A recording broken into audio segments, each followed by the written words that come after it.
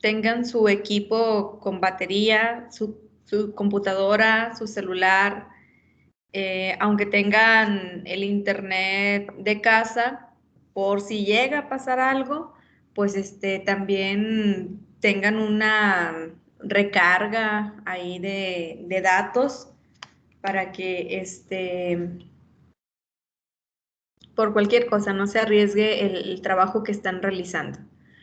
Y pues ustedes ya vienen de un entorno laboral, ya vienen de un sistema donde hay consecuencias ante las malas decisiones, donde también se ponen en práctica sus valores, sus principios. Y ese día, pues también les invito, bueno, como todos los días, deberíamos de tener nuestros principios bien arraigados, sobre todo ese día que también traigan sus valores y utilicen sus propios conocimientos para responder el examen. ¿Ok? En esta ocasión no se estará trabajando en equipo. Déjenme descargar la lista. Pues ya hay 41 personas conectadas. Excelente, ya estamos ahora sí la mayoría. Y pues para quienes se van conectando ahorita, estamos hablando sobre la próxima fecha de exámenes. Nosotros nos vamos a conectar a las 6 de la tarde para dar las indicaciones. Para que el examen sea válido, necesitas estar en la llamada y desde aquí voy a estar compartiendo las instrucciones para este primer examen parcial. Continuando con el tema que vimos la semana pasada, hablamos sobre la importancia de calcular una muestra. Pero antes de calcular una muestra, también hablamos de que es necesario conocer qué tan confiable es ese tamaño de mi muestra, porque dependiendo de ese tamaño va a ser la confiabilidad de los datos que nosotros estamos analizando. Habíamos dicho que en un principio, cuando dimos el repaso de conceptos de la estadística, que podríamos estar analizando muestras o podríamos estar analizando poblaciones. Y pues difícilmente en una investigación o en el trabajo diario analizamos poblaciones. ¿Por qué? Porque son muchos datos, se requiere dinero, recursos, etcétera. Entonces, lo más común es que estemos trabajando con muestras. En lugar de poblaciones, muestras. Y como yo no conozco entonces cómo se va a comportar el parámetro de mi población, entonces yo voy a utilizar estadísticos o estimadores que me describan a esta muestra y que me den un panorama general de cómo se encuentra mi población. Ustedes que están en la industria, por ejemplo, si van a estar analizando un sistema en calidad y están produciendo 200 piezas por hora,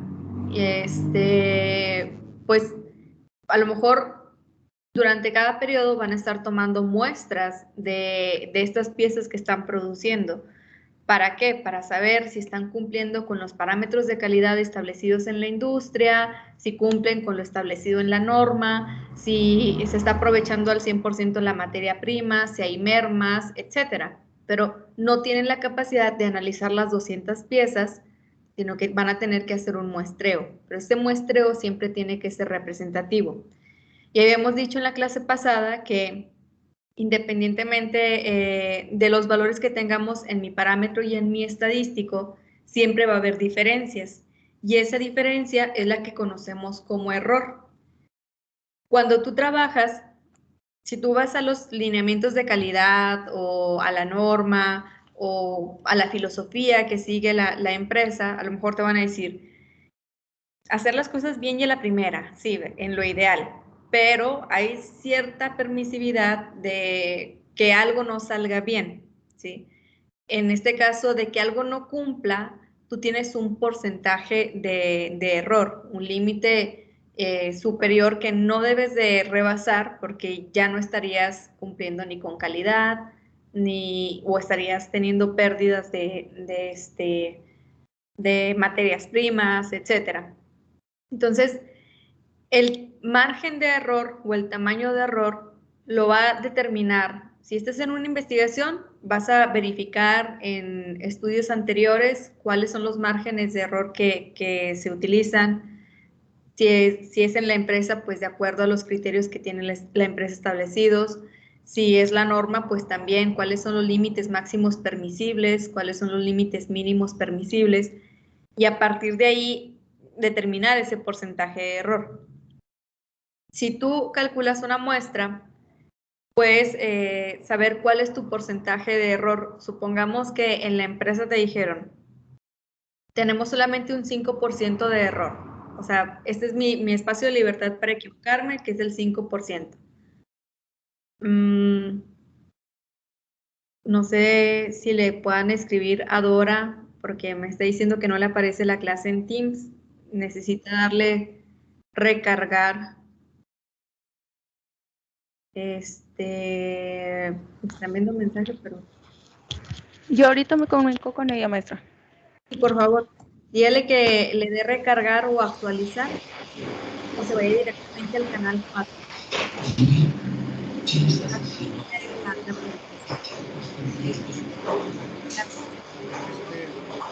Montalvo dijo que se va a conectar un poquito tarde porque va a hacer bien el trabajo. De hecho, voy llegando, maestra. Okay. Gracias, Javi. Vale. Perfecto, gracias. Bien, lo que estoy haciendo es una introducción de cuando hablamos del error y que, bueno, supongamos que tú en tu operación te sale que tienes un 3% de error y verificas y en tu trabajo el límite máximo es 5%, si estás cumpliendo con el parámetro, ¿no? Y de alguna manera puedes tener una confiabilidad de que lo que se ha hecho, lo que se ha producido, lo que se ha enviado, pues tiene este margen, que está dentro del margen, por lo tanto no existe riesgo de que se llegue a rechazar el producto, por ejemplo. Si tú, por ejemplo, yo tuve la experiencia de trabajar en un invernadero de producción de tomate hidropónico que exportaba este tomate a Canadá y a Estados Unidos. Entonces, ahí pues la producción era por lotes y se tenían que cumplir ciertos requisitos y ciertos lineamientos de calidad del producto, ¿no? Cuando ustedes saben que cuando un producto pasa la aduana, se abre el tráiler, se rompen los sellos, se toma una muestra de una tarima al azar, ¿sí? Tienen ellos ya especificado cuántas tarimas van a sacar, rompen los flejes, verifican que en las cajas vaya el producto que se está describiendo, o sea, de primero de la parte cualitativa, que se observe en buen estado, que no haya sustancias contaminantes o productos ilícitos que estén ahí, y a partir de ahí determinar si pasa o no el embarque, ¿sí? Si aparte, si por ejemplo se está cumpliendo con las características de transportación, si se necesita cierta temperatura, cierto embalaje, ahí mismo se verifica. Pero imagínate que las personas de La Habana, de la aduana, ya me quiero ir a la playa yo, las personas de la aduana, que rompan todos los flejes y desarmen todas las tarimas, pues no les daría tiempo de checar todos los trailers que tienen por checar, ni tampoco, aparte estarían contaminando el producto, ¿no? Tiene su micro abierto, si me apoya silenciándolo, por favor. O si tiene algún comentario, adelante. Entonces, ahí también se realizan muestreos para determinar si cumple o no cumple y si va a pasar tu producto o no. Entonces, es importante que nosotros aprendamos a determinar cuál es el tamaño de muestra adecuada, pero también en ese sentido, en este tamaño de muestra adecuado, pues realizar una comprobación, ¿no? Hablar de estos intervalos de confianza, cuál es la confiabilidad de que esta muestra que yo estoy tomando realmente sea representativa y me dé un panorama de cómo se estaría comportando mi población en general. Y para ello, pues nosotros nos apoyamos, vimos estas explicaciones de la campana, donde hablábamos de la zona de rechazo, de la zona de aceptación, vimos la fórmula para calcular el error, cada uno de los elementos que lo conforman. ¿A qué se refería zeta media de alfa? ¿Cómo lo interpretamos? ¿Qué es esto?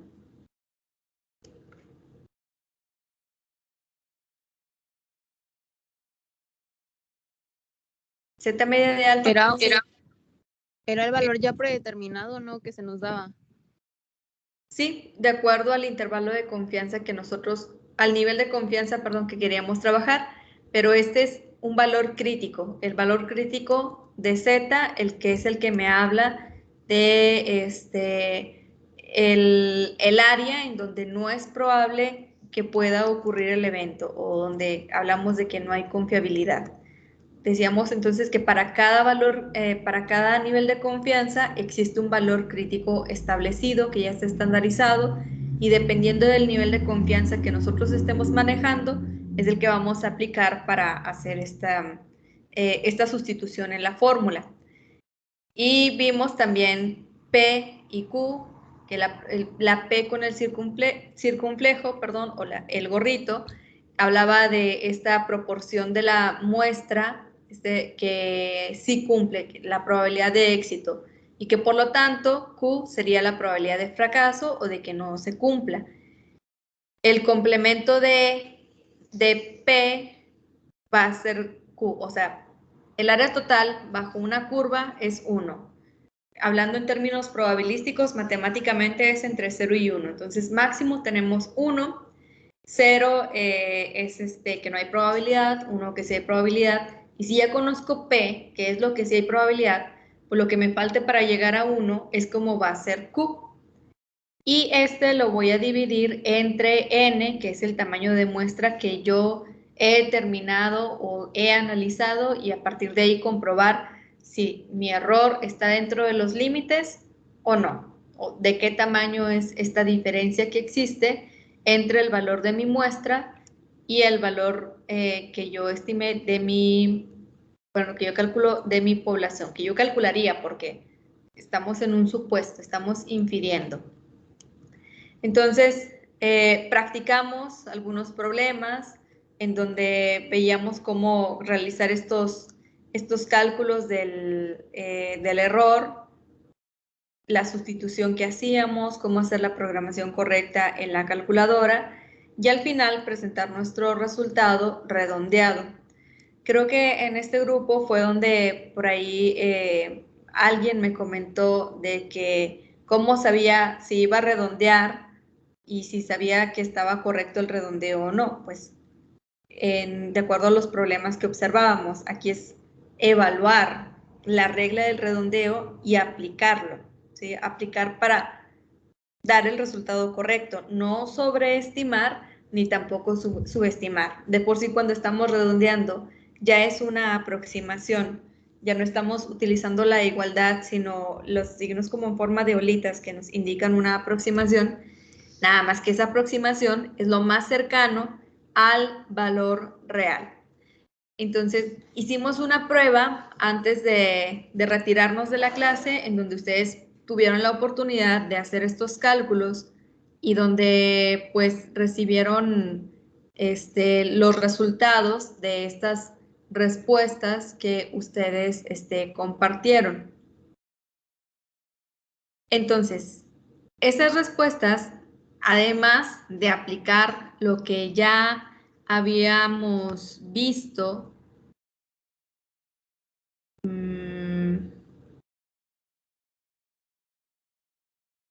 ok, es que alguien se lo publiqué otra vez porque no le aparecía. Por ejemplo, las personas que lo enviaron después, pues obviamente vale menos este trabajo porque era una actividad de participación en clase. Pero además de verificar si había quedado claro o no el tema, pues era también evaluar y hoy quiero aprovechar para saber si existe alguna duda de esto que trabajaron en la tarea.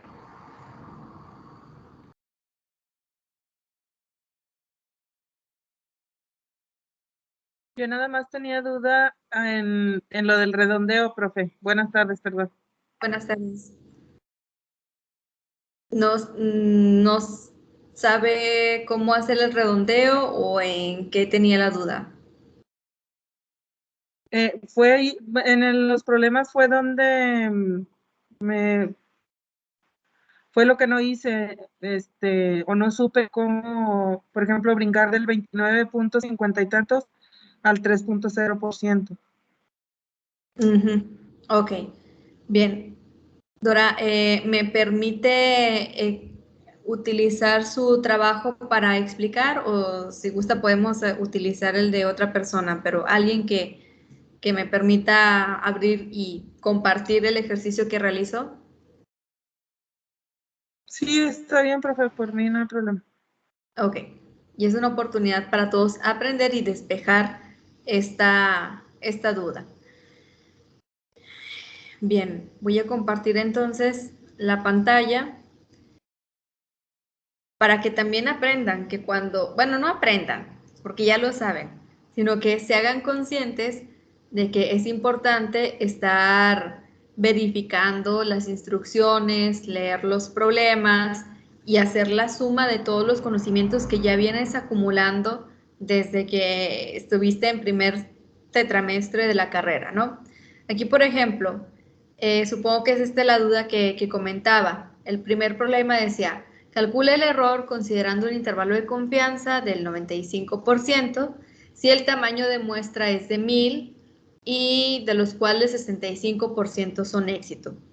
Al hacer esta solución del problema, te dio como resultado en términos decimales, ¿cuánto te dio, Doris? O cualquiera persona que me quiera decir, sin hacer el redondeo y sin pasarlo al porcentaje, ¿cuánto les dio este primer dato? 2.95. Ajá, que fue un 0.0295, ¿sí? Este resultado que a nosotros nos dio, ¿cuántos decimales tiene?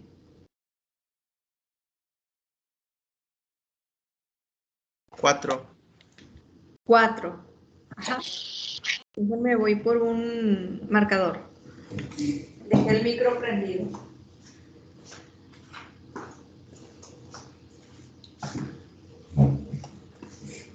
Muy bien. Son 4 decimales, que fue el 0.0295. Bien, yo puedo, en un reporte, yo puedo decir que este es mi error.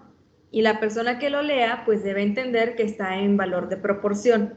Si este valor yo lo multiplico por 100, dejando las 4 decimales, en porcentaje sería 2.95%. Se tendría que aclarar que es porcentaje porque ya se ha multiplicado por 100. ¿Se alcanzan a ver mi camarita? Sí. Sí, profe. Sí. Ok, bien. Entonces, si aquí dice que el error es 2.9, ¿cuántos decimales, 2.9%, cuántos decimales estoy presentando aquí mi trabajo?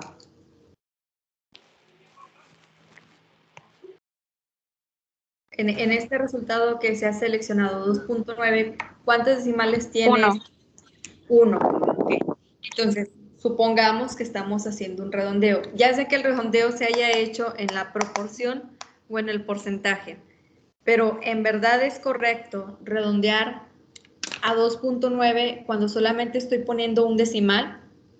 Si yo tenía aquí 2 decimales, que era el 2.95, 2.95 redondeado a una decimal, ¿cuál sería el valor correcto para redondear? 3.0. 3.0%. ¿Sí? Ese sería el resultado aproximado correcto de acuerdo al valor que obtuve. ¿Sí? Aquí lo que tenías que hacer, además de resolver el problema, era observar en cuál se está aplicando el redondeo correcto, cuál opción me está expresando el resultado correcto. Esta segunda opción, bueno, aquí está descartado esta opción porque no está bien el redondeo. por lo tanto ya no sería un resultado totalmente correcto, ¿sale? La segunda opción, ¿por qué está mal? ¿Por qué no es la opción correcta? Porque está en porcentaje, entonces si lo pondríamos en decimal no sería el resultado de 0.029, sino hubiera sido 0.00029. Ajá, o sea, están mal las unidades, a menos que este haya sido el resultado del error, que sería el porcentaje, pero no lo es, no es lo que yo había calculado, ¿sí? Mi problema, mi resultado me había dado otro dato. Entonces, las unidades están mal, está mal expresado el problema, no, ni siquiera está bien redondeado y no tiene sentido que vaya el porcentaje porque no he multiplicado por 100, ¿ok? La tercera opción, ¿por qué no es la correcta? Por la misma razón, no, profe, porque están mal expresadas las unidades. Así es. Entonces, que tú entregues un reporte así va a estar mal, ¿sí? Va a poner en duda que realmente hayas verificado el trabajo. Aunque lo hayas hecho bien, luego va a surgir de que estás seguro, vuelve a hacer todo, porque ¿cómo es posible que me dé este valor? ¿No? Hasta para una programación estaría mal esto. Entonces, también por eso está descartado. Aunque en primera instancia diríamos redondeo, sí está bien redondeado, pero no está bien expresado en sus unidades. Y aquí luego vemos, analicemos la última opción. Verificamos, ¿está bien redondeado de acuerdo a mi resultado que yo obtuve? ¿Sí? ¿Este resultado es correcto? Si está redondeado, sí. Y aparte, ¿tiene las unidades correctas? También. Ok. O sea, de todas estas opciones, la única respuesta correcta era el 3%. ¿Sí? Más allá, recuerden, de siempre nada más estar resolviendo problemas matemáticos o seleccionando una respuesta u otra, observen el contexto, lean el problema, sumen todos los conocimientos que ya tienen hasta este momento para también desarrollar un pensamiento crítico al momento de estar seleccionando tus resultados. Que al final de cuentas, cuando lo estés aplicando en la industria, es el pensamiento crítico que te va a permitir tomar decisiones, ¿no? Y respaldarlas con los cálculos que tú has hecho. Es también como para que no dudes de lo que tú has calculado. Bien. ¿Hay alguna duda, algún comentario de lo del cálculo del error?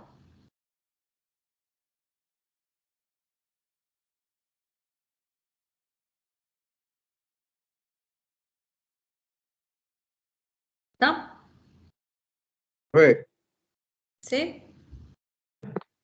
Lo que pasa es que me acabo de conectar, tengo problemas con Teams, no me deja abrir. Bueno, en caso de que lo llegue a sacar, como quiera les recomiendo que vea la primera parte de la grabación porque ya han pasado 27 minutos y verifique los conceptos y el repaso que he hecho para que les sirva de estudio también. Y ahorita vamos a empezar el tema, que es el cálculo, el procedimiento para construir un intervalo de confianza y después el cálculo ya de la muestra como tal. Entonces, con el error dijimos que nosotros íbamos a tener una información para poder establecer nuestros intervalos de confianza, que dijimos que los intervalos de confianza son dos valores, dos puntos que nosotros vamos a considerar para estimar qué tan real o qué tan cercano es el valor de mi estadístico calculado con lo que se estaría comportando mi parámetro de la población que desconozco, ¿verdad?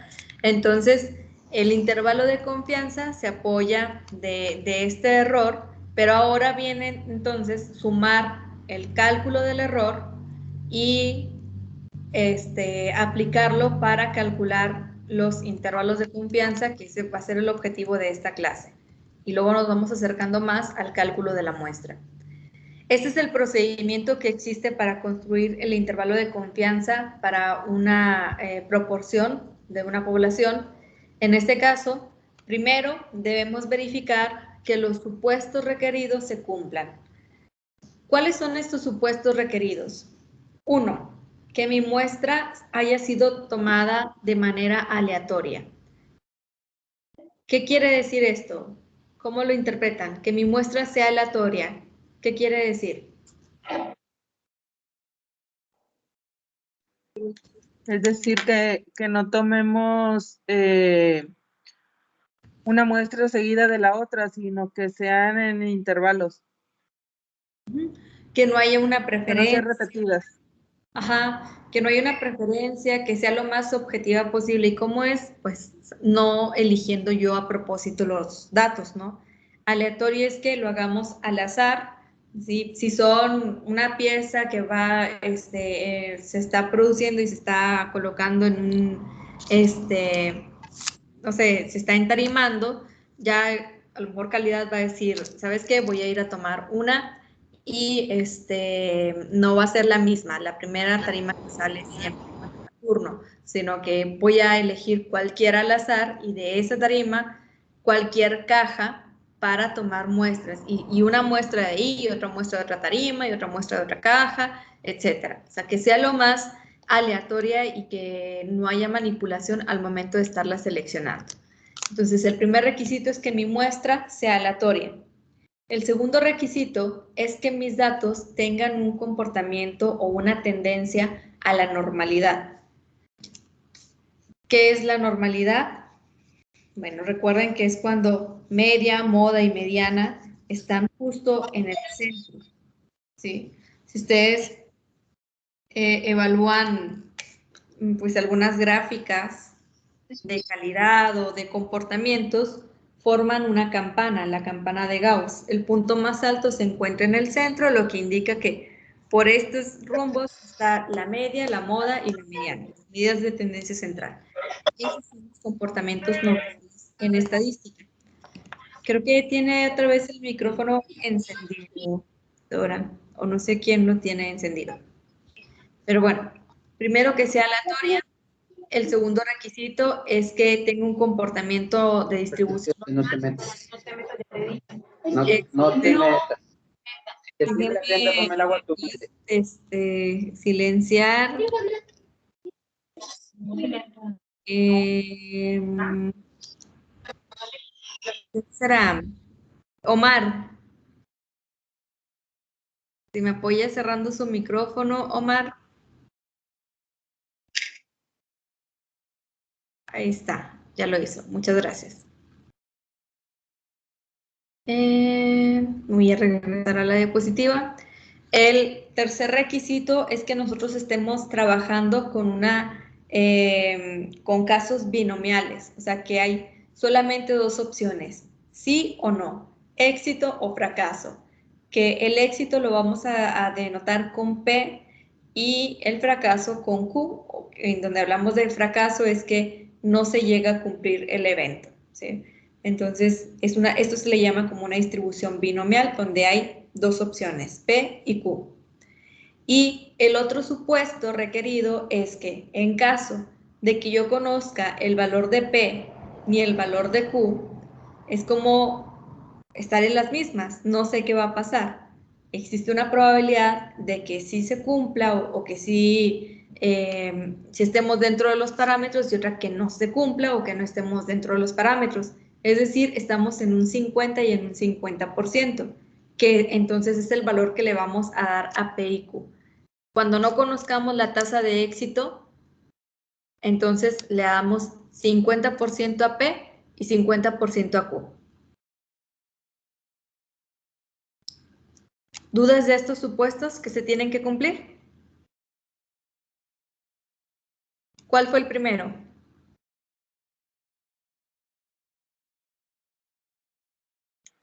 Verificar La muestra aleatoria. que sea aleatorio. Ajá, muestra aleatoria. ¿El segundo cuál es?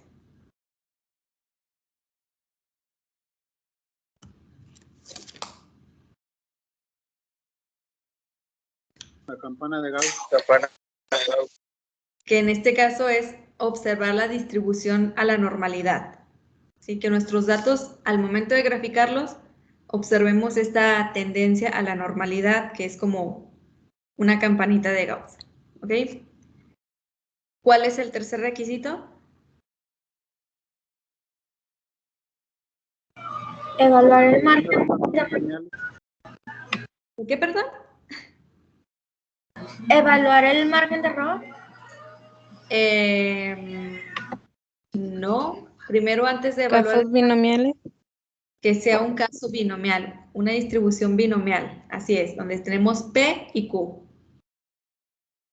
Y por último, en caso de que no conozcamos P y Q, ¿qué valor les vamos a asignar? El 50%. 50% a cada uno. 50 y 50. Así es, que en valor de proporción sería 0.5 y 0.5. ¿Sí? Bien, esos son los supuestos que primero tenemos que considerar al momento de aplicar este cálculo. Ahora sí, el paso número 2 es identificar el valor crítico que corresponde al nivel de confianza. Es decir, leo mi problema o veo las condiciones de mi proceso, lo que dice el manual, y todo lo quieren al 95% de confiabilidad. Ok, quiere decir que si es al 95%, mi valor crítico para sustituir en la fórmula es de... Si mi nivel de confianza es al 95%, el valor crítico será de...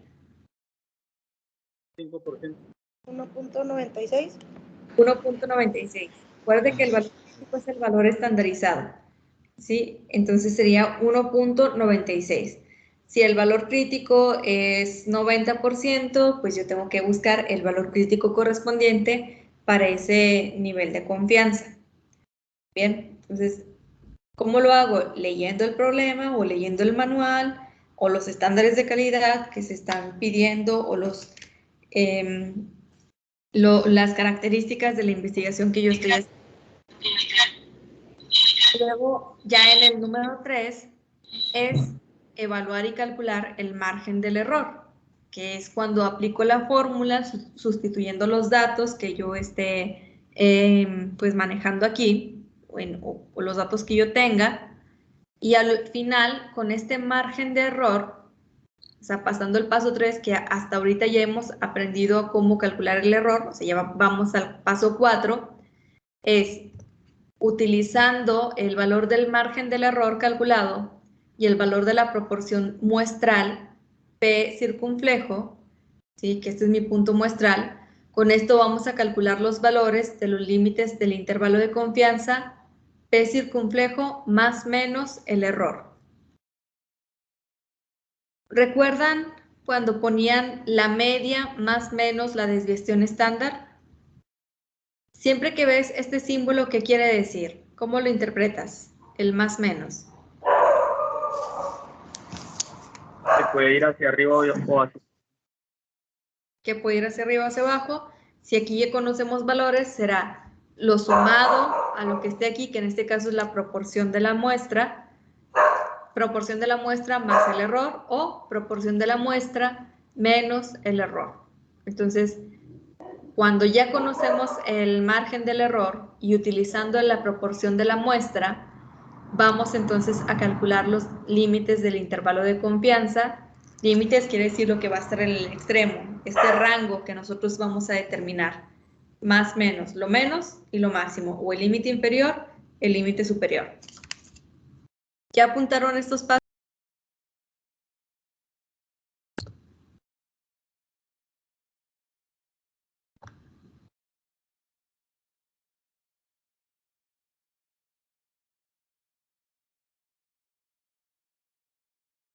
¿Puedo continuar o le cambio? Ustedes me dicen. Ya casi, profe. Me falta poquito, profe. Ok, entonces voy a tomar agua. Esta clase está siendo patrocinada por Bonafont. Es cierto.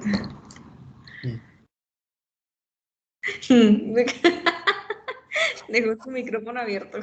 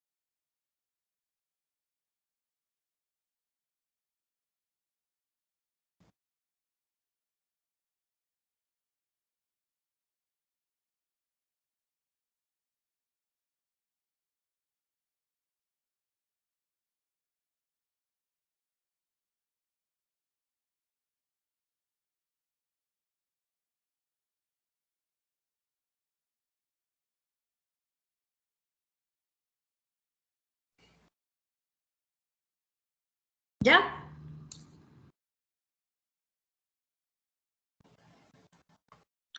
Yo terminé, profe. Ok, Yo también ya terminé.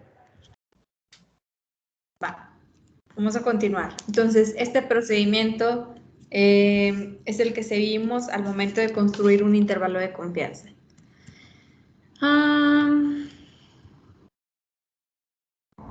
Vamos a resolver este problema. Ahora van a apuntar. Hoy es de apuntar. Van a apuntar este problema que lo vamos a utilizar como un ejemplo para aprender a construir un intervalo de confianza. Igual les voy a dar unos minutos. Ustedes me dicen. Les voy a dar 2 minutos para que lo apunten. Bueno, 3 minutos. E igual vayan dejando un pequeño espacio, ¿sí? Para resolver.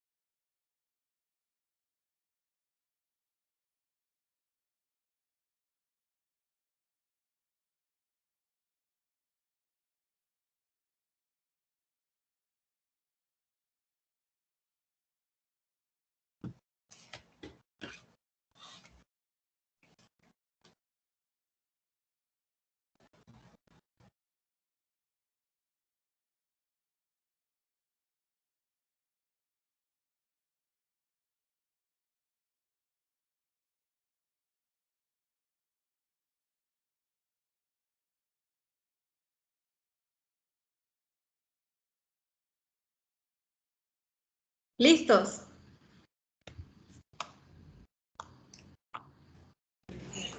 No, profe. Luz verde. ¿Los incisos también? ¿Mande? Los Sí, incisos. les dije que dejaran un espacio suficiente para poner ahí las respuestas. O sea, va a ser inciso, espacio, inciso, espacio. Sí, para que de una vez vaya organizado sus apuntes.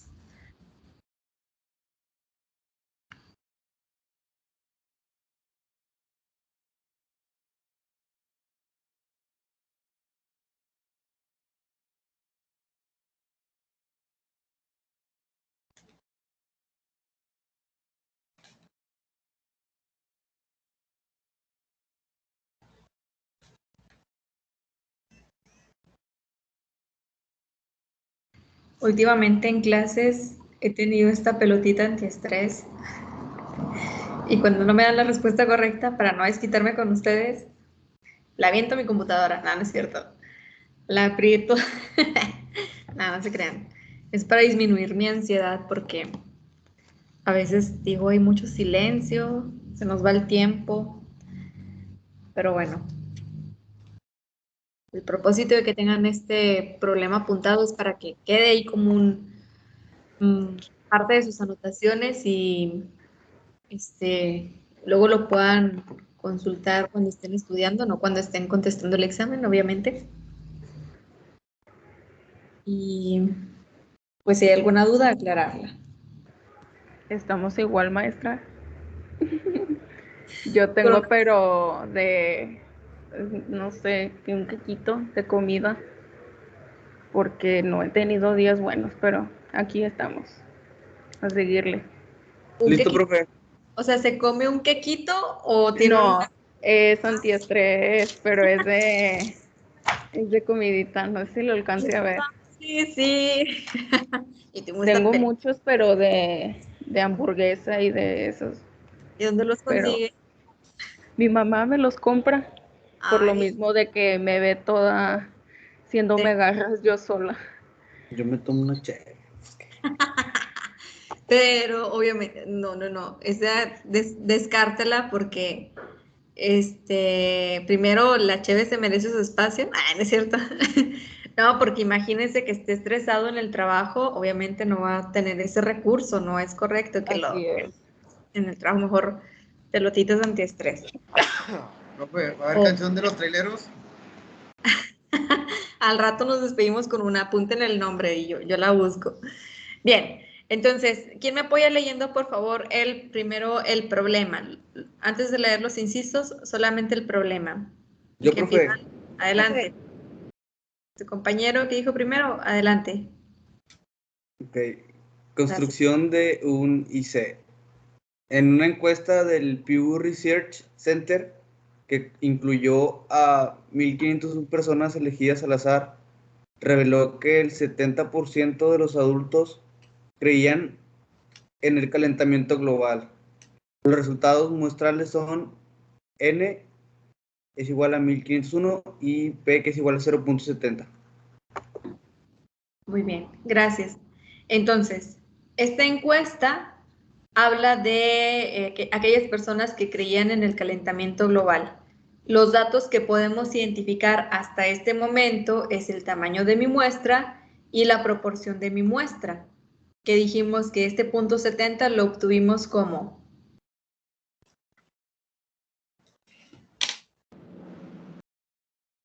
¿De dónde viene este punto 70? De las personas elegidas al azar que creían en el calentamiento. Que es el 70%. ¿Okay? Dividimos 70% entre 100 y nos dio el valor de la proporción, que es 0.70. El inciso A te pide que calcules el margen del error que corresponde a un nivel de confianza del 95%. ¿Para qué es importante conocer esta información del inciso A? Que el nivel sea del 95%. Para saber el valor crítico. Así es, para saber el valor crítico que vamos a sustituir en la fórmula. Ese es el primer paso, el inciso A.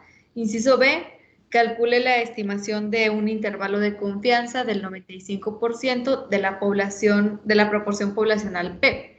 ¿Ok? Aquí es donde vamos a aplicar esto del más menos, la proporción de la muestra más menos el error que calculamos. Y el inciso C dice, con base a los resultados, que es con base en los resultados, podemos concluir con seguridad, y aquí viene como una pregunta, ¿podemos concluir con seguridad que la mayoría de los adultos creen en el calentamiento global? Esto lo tenemos que comprobar, porque si en un principio decimos, a ver, evaluando este problema, 70% de la muestra, ¿es mayoría o es minoría? Mayoría. Mayoría. Mayoría. En nuestra muestra, la mayoría de los adultos sí creen en el calentamiento global, pero ¿cómo podemos estar seguros que si entrevistáramos a la población completa, todos o la mayoría creyeran en el calentamiento? Entonces, la manera en cómo lo vamos a comprobar es otra vez del intervalo de confianza. Así que vamos a resolverlo. Ustedes empiezan primero con la sustitución, que es lo que vimos la clase pasada de cómo calcular el error.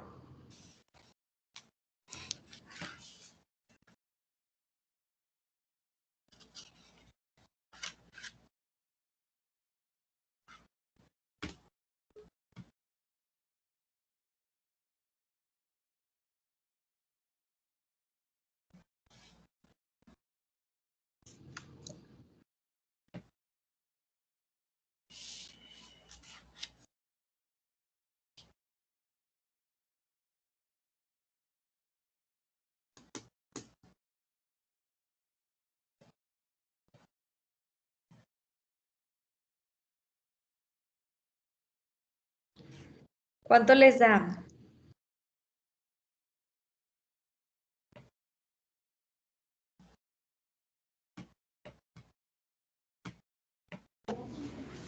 Profe, ¿Sí?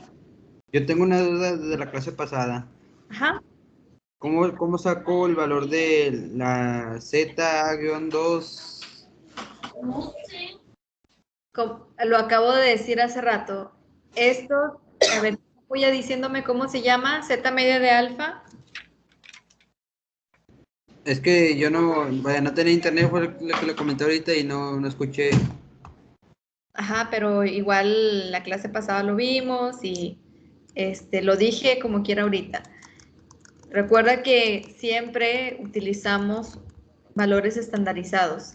Dependiendo del nivel de confianza que tú estés utilizando en tu investigación, que hay muchos valores estandarizados, pero estos son los más comunes. Si tu nivel de confianza es al 90%, tu alfa es 0.10, entonces para ese nivel de confianza ya hay un valor crítico establecido que es 1.645.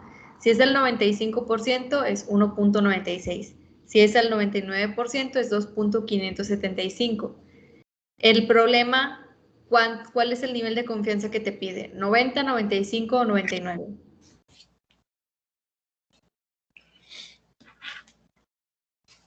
¿Cuál es? 95. Por lo tanto, el valor crítico que corresponde a ese nivel de confianza es 1.96. Este ya está estandarizado. O sea, tú te vas a una tabla y encuentras los valores, pero pues mejor utiliza estos, porque son los más comunes con los que se trabaja en investigación.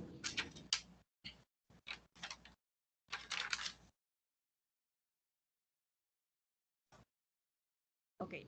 Entonces, ya hiciste la sustitución. Si era al 95%, pues usábamos el valor crítico de 1.96. El valor crítico es la que te habla de la zona de rechazo que va a haber en tu gráfica, donde no es posible que pueda ocurrir el evento. ¿Cuánto les da? 0.0231 o 2.31%. Ok. Bien. Bueno, si lo redondeáramos, porque de otros decimales, sería 0.232. Si lo redondearas a 4 decimales.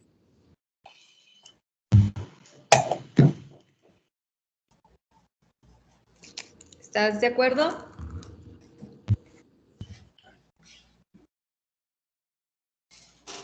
Pues sí. ¿Sí les dio esto 0.023183?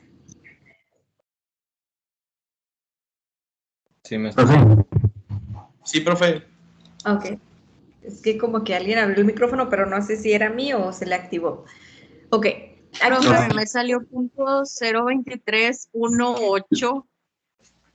Ajá, solamente te dio 1, 2, 3, 5 decimales, ¿sí? Pero dependiendo cómo tengas la configuración en tu calculadora, si tú le pones modo normal y la restableces, te va a dar hasta a lo mejor 7 u 8, dependiendo del valor que tenga este problema, ¿no? Pero bueno, si solamente te dio un 8 y no te dio el 3, pues es que es el redondeo correcto. 83 tiende al 80, no al 90, por eso al final te dejó como 0.02318. Si lo tuvieras a 4 decimales, redondeado, el 183 tiende al 100 o al 200. Para hacer el redondeo. Al 200, entonces aquí redondeado a 4 decimales sería 0.0232, ¿ok? Hay que nada más verificar los redondeos que nosotros estemos haciendo. Entonces, si mi error es independientemente, si lo presento con 2 decimales, pues sería 0.02, con 3 decimales 0.023, con 4 sería 0.02320, bueno, 2. 0.0232. Ahora, para sacar entonces el intervalo de confianza, recuerda que vas a utilizar el valor de tu proporción muestral más menos el error. ¿Sí? Vamos a hacerlo con 3 decimales.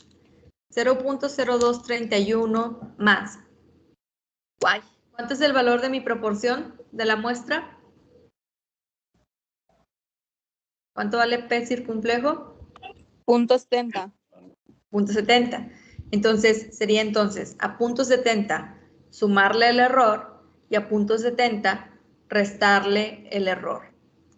Lo acomodas así como en 2 columnas. Abajo P menos P circunflejo menos el error y luego P circunflejo más el error. Aquí ya no aparece como tal el gorrito, ¿sí? Porque aquí ya lo que estamos haciendo es estimar los intervalos de la proporción de la población, pero a partir de la proporción de la muestra. ¿Cuánto es .70 menos 0.230? O 0.023. 7.231. Ah, lo sumaste. Ese es el del lado derecho. .70 más 0.023. Ok. Ahora ya nada más te falta restarle .70 menos el error.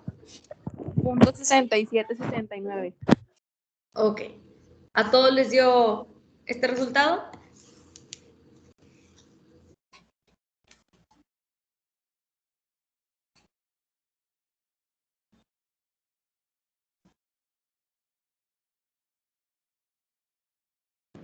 A mí el .70 más 2.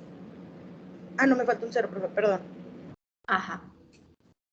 Te había dado 131. No, me ha dado 900, pero ya me dio 723.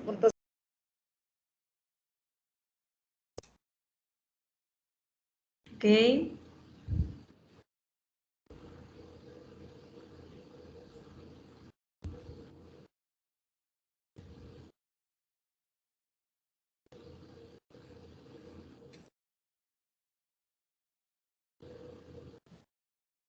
Ok.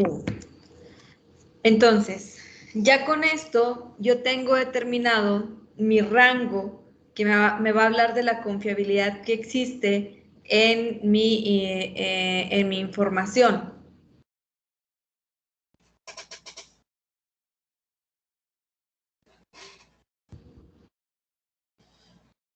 Entonces, si queremos un intervalo de confianza al 95% para el porcentaje de la población real, pues lo que vamos a hacer es ahora multiplicarlo por 100 para tener este porcentaje de población real. Y estos dos puntos, 67.7% hasta 72.3%, es el rango que me estará dando mi intervalo de confianza. Ahora, ¿cómo lo interpreto? La última pregunta, ¿quién me apoya leyendo nuevamente el inciso C?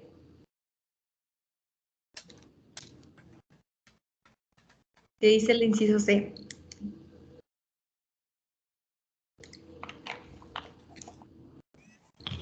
Yo le ayudo, maestra. Gracias. Dice, con base a los resultados, podemos concluir con seguridad que la mayoría de los adultos cree en el calentamiento global. Bien, entonces vamos a evaluar. Como no conocemos totalmente el valor de mis parámetros en la población, ¿sí? Vamos a utilizar estos rangos.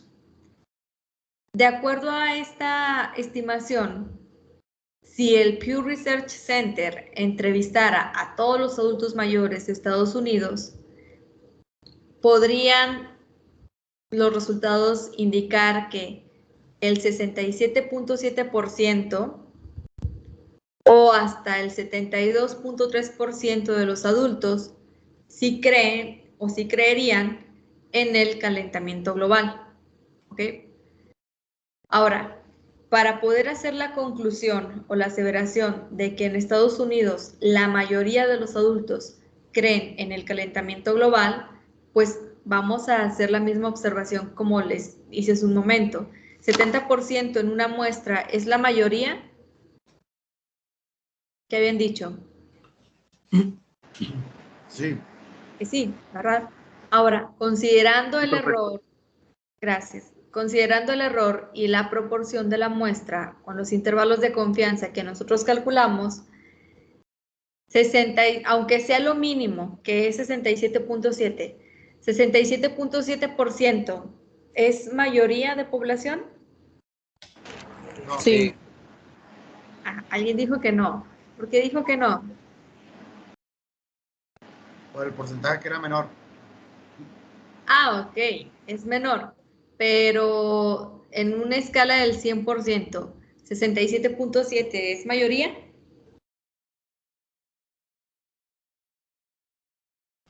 Sí. Sí. O sea, dice que sí, pero sí me entiende a lo que voy. O sea, para que Sí. sea mayoría tiene que ser 50% más 1. ¿Sí?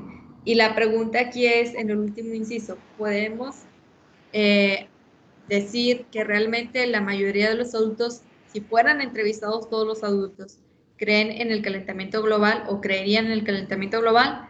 Pues sí, lo mínimo sería 67.7% de personas que sí creyeran, lo máximo 72.3% de personas. Entonces, 67.7 es mayoría, por lo que podemos decir ya en una conclusión, supongamos que ustedes están defendiendo estos resultados, decir que la mayoría de los adultos en Estados Unidos creen en el calentamiento global.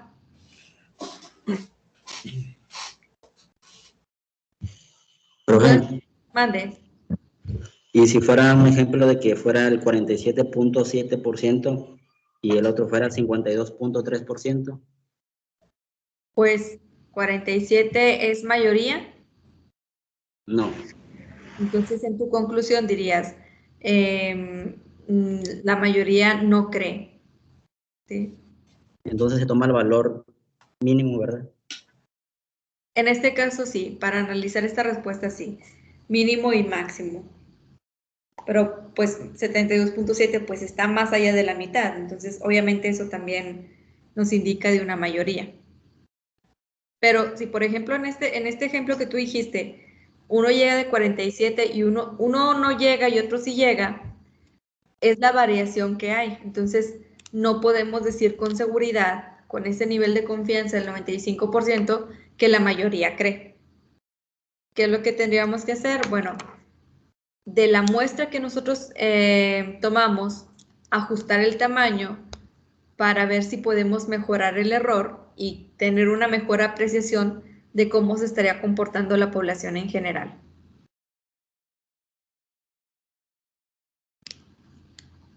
¿Ok? Gracias. De nada. Bien, ¿alguna duda de cómo calcular el intervalo de confianza? No, profe. ¿No? O sea, solamente es sumar y restar el valor de mi error a la proporción de la muestra que sí cree.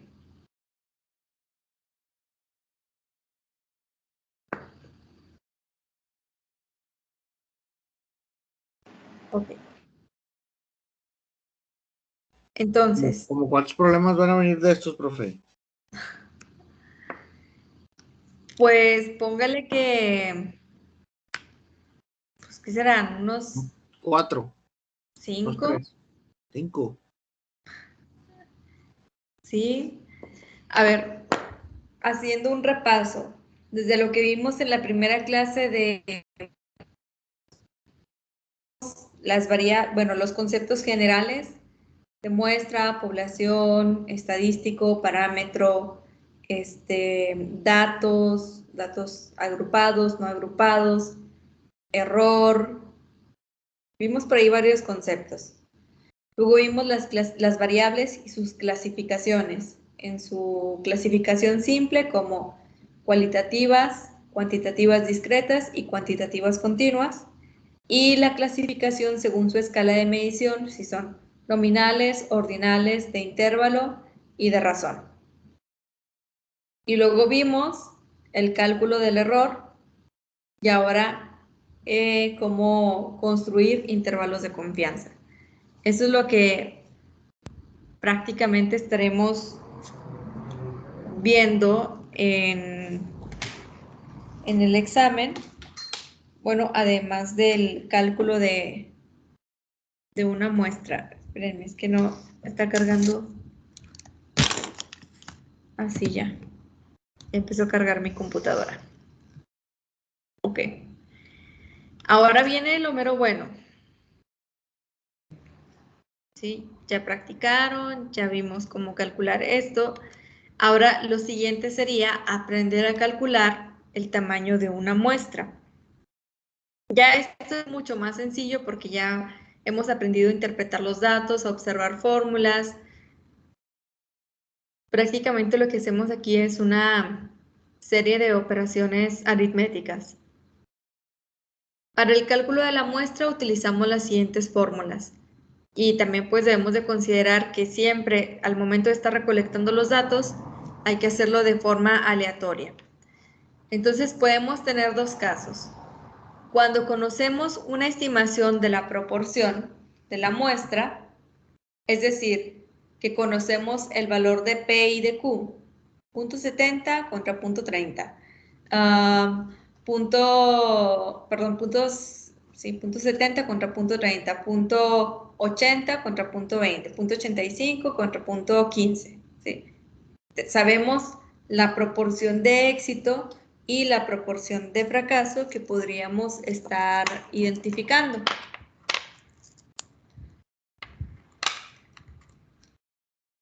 Y el otro caso es cuando no conocemos P y Q, que dijimos que a P y Q le asignábamos el 50% y 50%.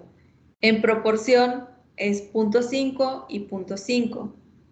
Multiplica 0.5 por 0.5, ¿cuánto te da? 0.25. Por eso aquí en la fórmula, si no conocemos la estimación de la proporción de éxito, pues vamos a multiplicar 0.5 por 0.5, pero pues siempre va a ser 0.25. Entonces, por eso aquí en la segunda fórmula viene un valor numérico y no las variables P y Q. ¿Sí? ¿Por qué? Pues independientemente si es Q por P o P por Q, va a ser igual 0.25.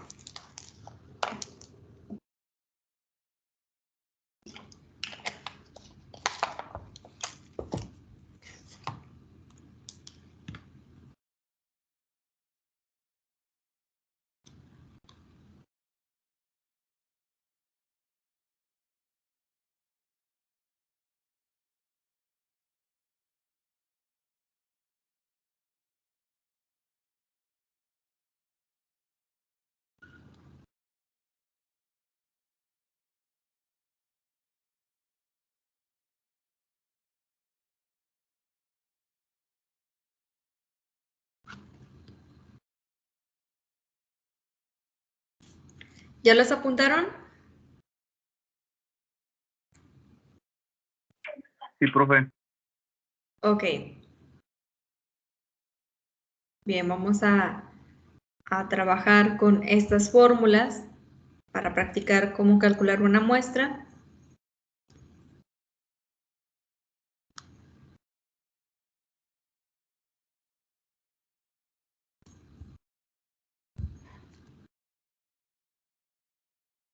Oigan, ¿están entrando a la escuela de valores?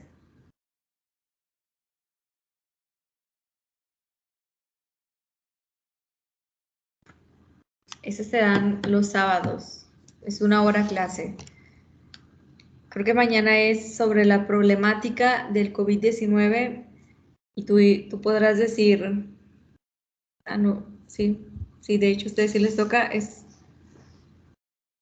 no es cierto, es historia política de México. Es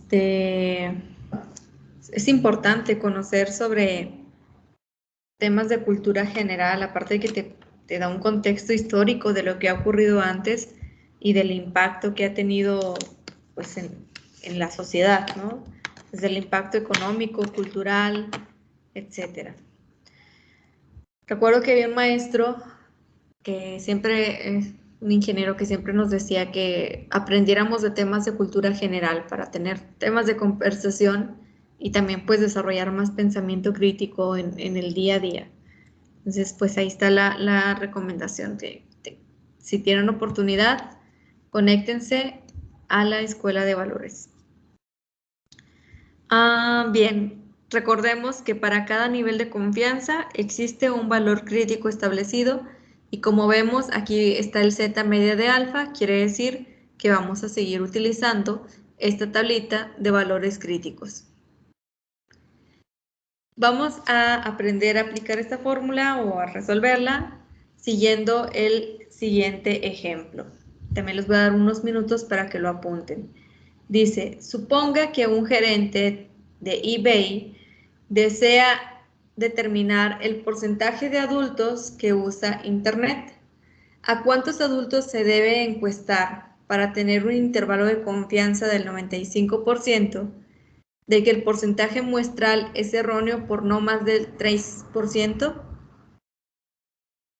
Y luego dice, inciso A, utiliza el resultado de la encuesta del Pew Research Center en 2006, que dice que el 73% de los adultos estadounidenses usaban Internet, mientras que el inciso B dice, suponga que no contamos con información previa de un posible resultado. ¿Sí? Se dan cuenta, aquí nuevamente aparece el Pew Research Center, pero esta es una casa encuestadora. Entonces, por favor, apunten el problema.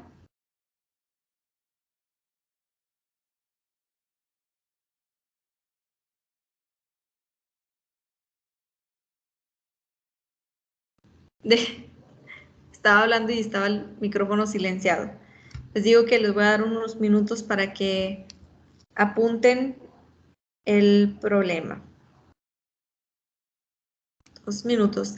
Dejen un espacio considerable para hacer la solución de problemas para cada inciso.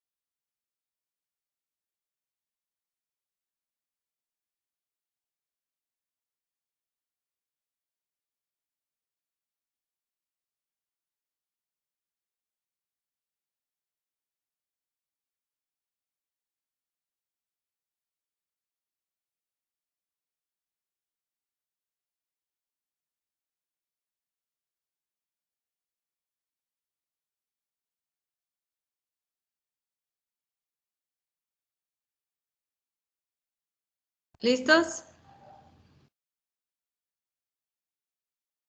Ya terminé, maestra. Ok, perfecto, gracias. Y bueno,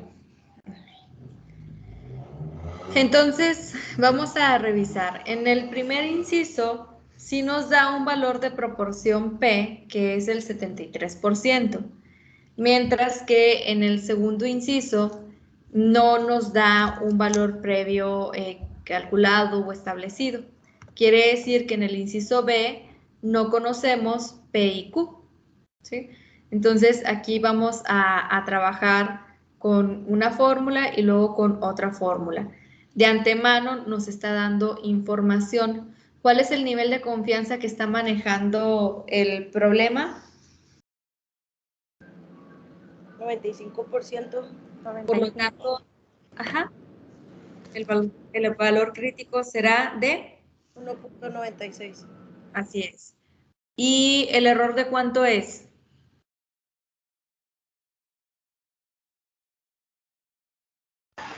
.003. Ajá, 3% o cuando lo pasamos a proporción sería 0.03. Que es importante identificar el valor en proporción porque en realidad es el que nosotros vamos a sustituir en la fórmula. Entonces, cuando se conoce una estimación de la proporción de la muestra, utilizamos la fórmula de arriba, donde vamos a sustituir el valor de P y el valor de Q, y cuando no la conocemos, vamos a utilizar la fórmula de abajo, donde automáticamente el valor crítico elevado al cuadrado se va a multiplicar por 0.25. Entonces aquí nuevamente, haciendo revisión a las jerarquías de operaciones al momento de estar resolviendo el problema, tendremos que, bueno, ¿por dónde podríamos empezar? A ver, ustedes díganme. ¿Qué se resolvería primero en estas fórmulas? Por ejemplo, en la de arriba, ¿qué se resuelve primero? El exponente. ¿El qué, perdón? El exponente, la multiplicación. Ok, en este caso, cuando está el valor crítico entre paréntesis al cuadrado, pues antes de multiplicar esto por P y por Q, primero lo debemos de elevar al cuadrado. Y estos valores que ya se están multiplicando aquí, pues también los podemos multiplicar. Después, ¿qué vamos a hacer?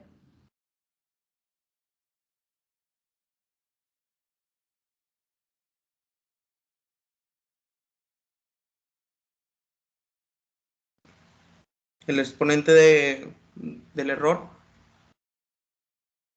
Bueno, eso también lo podemos hacer simultáneamente, pero todavía no podemos hacer la división, aunque elevemos al cuadrado, ¿verdad? Porque ahí nos falta ¿qué?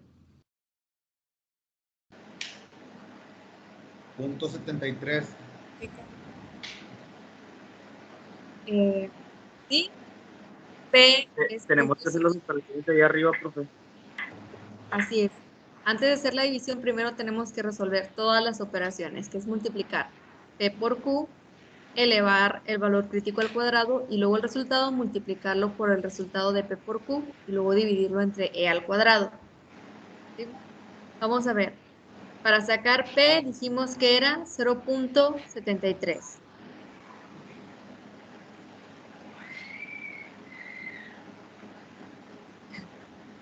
Bueno, ahí ya lo tengo. Q, ¿cómo lo saco? Es 1 menos P, que es igual a 0.27. Si sumamos P más Q, al final nos debe dar 1, que es el máximo de eventos posibles que pueden ocurrir. El error, si se fijan, y como lo expresó un compañero, ya no está en porcentaje, sino que está en proporción, 0.03. N, en este caso es mi incógnita, es lo que no conozco. Y el valor crítico lo determinamos por el nivel de confianza que se estaba solicitando en el problema. Entonces, hagan la sustitución de estos valores en cada uno de los elementos de la fórmula y les pido que me compartan el resultado. O sea, lo comparte una persona, pero los demás lo siguen haciendo para corroborar si es igual, si es diferente y si no ya vemos cuál sería el correcto. Adelante, hagan la sustitución en la fórmula. Me dio 841. ¿Te dio entero? A mí me dio 841.31. Ok. Punto 222, ¿cierto? ¿Les dio qué? Punto 31. Todos estamos de acuerdo en la sustitución que hicieron, ¿verdad?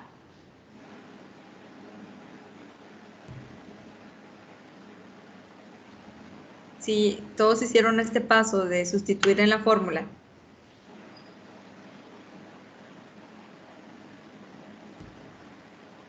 Sí. Ok. Bien. ¿A qué se debe, compañero, que haya dicho 842? ¿Se lo dio la calculadora o usted lo redondeó? Lo redondeé. ¿Y para qué lo redondeó? ¿O por qué lo redondeó, mejor dicho? Porque pues da decimal y casi siempre lo redondea un punto más arriba de lo que he visto en los demás problemas. Ok, bien. En este caso, lo redondeamos, pero aquí está un entero. Aunque tenemos 4 decimales, lo tenemos que redondear a un entero, ¿sí? Porque cuando nosotros estamos haciendo muestreo, vamos a seleccionar datos y si, por ejemplo, yo voy a tomar la temperatura de los trabajadores de una empresa, ¿sí? Y la muestra me dice que para que haya una confiabilidad tiene que ser 841.31 empleados. Pero a ver, o sea, le voy a tomar la temperatura solamente 841 y luego el punto 31, ¿dónde lo voy a dejar? O como que le voy a pasar el termómetro y no lo voy a medir. No. Es como si estuviéramos hablando de variables discretas, en donde se tiene que manejar el número entero. En este caso, siempre que estemos trabajando en cálculo de muestra, independiente que nos den una decimal, 3 decimales y cualquier valor, ¿sí? Aquí sí vamos a hacer el redondeo del OXO, que te lo lleva al entero. ¿Por qué? Porque si vamos a analizar piezas, no es que voy a analizar 841 piezas y punto 3104 de una pieza, no. Pues de una vez voy a analizar las 842. Entonces, en la muestra siempre vamos a redondear a enteros y con que haya un punto 1, ya nos vamos a ir a la siguiente cifra. Es importante también considerar que cuando estamos haciendo recolección de datos, si tú te dicen lo mínimo son 842 datos, pero tú puedes sacar 843, adelante. Como quiera vas a seguir cumpliendo con el límite del error, que en este caso es del 3%. Si tú trabajas con encuestas, por ejemplo, te dicen tienes que entrevistar a 842 personas, pero tienes para entrevistar a 850, entonces busca las 850, porque luego cuando estás analizando los datos, híjole, este no le puso nombre, híjole, este no puso que le gustaba, híjole, este no puso que no le gustaba, pero yo creo que le gusta el color rojo, porque trae una playera roja. Bueno, no puedes hacer suposiciones, porque ya le estás metiendo ruido de tu subjetividad y no es realmente como estás describiendo a la población. Además, supongamos que no es una encuesta, que tú recolectaste datos o recolectaste piezas. Siempre puede pasar que se te pierda un dato, que se te pierda una pieza, que no le entiendas al número que pusieron en la bitácora y entonces ya no estás seguro si es 4 o es 7, o es 5 o es 6. O sea, no vas a caer en suposiciones. Entonces, este dato tengo dudas, lo elimino y tomo otro, pero tengo que tener otro para poder seguir cumpliendo con el mínimo del tamaño de la muestra. ¿Sí? Entonces, en estos cálculos siempre redondear a un número entero. Aunque hubiera sido 43.3, nos vamos al 842. Perdón, 841.3 nos vamos al 842. En el segundo ejemplo, que nos dice, cuando se desconoce el valor de la estimación de la proporción. Ok, quiere decir que no conocemos P y Q, pero dijimos que le asignábamos 0.5 y 0.5. Y 0.5 por 0.5 es 0.25. Por eso aquí ya no lo ponemos más que el resultado de la multiplicación. El error sigue siendo el mismo, 0.03 lo elevamos al cuadrado y el valor crítico 1.96. Si no conocemos el valor de P, ¿cuánto sería entonces el tamaño de muestra que tendríamos que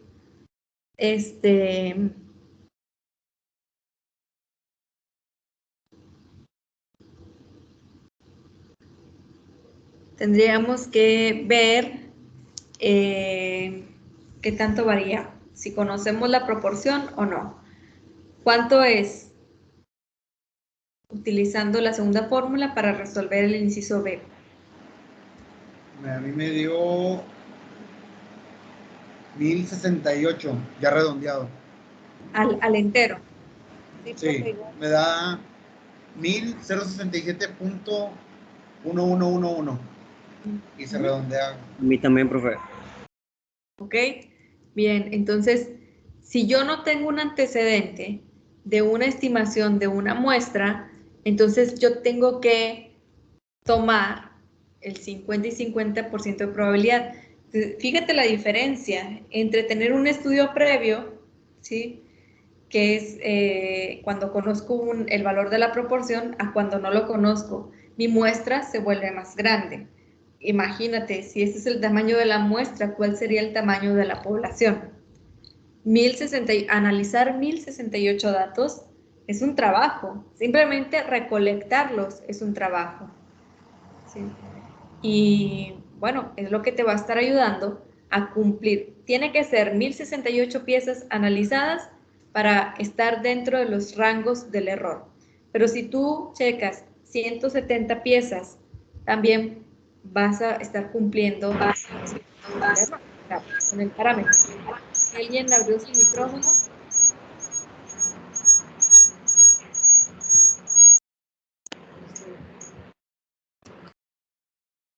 ¿Sí? Ok. Miren, ya son las 7:29 y nuestra clase se acaba a las 7:30. Entonces, esto del error lo vamos a seguir viendo para la siguiente clase, regresando del examen parcial. De hecho, la instrucción es, presentamos el examen y después de presentar el examen, continuamos con clase o aclaración de dudas. Entonces, ya sea que veamos estos problemas la próxima semana o regresando.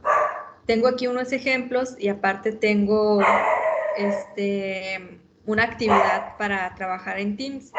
Así es que, pues, les pido que esto no lo descarten, lo van a tener que recordar también para el siguiente parcial, pero ya le hemos adelantado a las temáticas que vendrán después del primer parcial. ¿Hasta aquí alguna duda, algún comentario que tengan? No, profe, todo bien. Maestra. Ok. Bueno, pues entonces por hoy sería todo. Preparen su formulario que no tenga ejemplos, porque luego a veces los ejemplos los confunden, sus procedimientos, y nos vemos. Tengan su calculadora también a la mano. Veo que se me congela la imagen, qué oso. Luego a veces se quedan como que caras medias extrañas. Qué pena, pero bueno. Estudien, prepárense, no solamente para esta materia, sino para todas las materias que vienen ahí. Y pues nos vemos la siguiente semana. Gracias, profe, que descansen. Profe. Gracias, maestra. Hasta luego. Buenas noches, profe. Que estén bien, buenas noches. Para Conchita.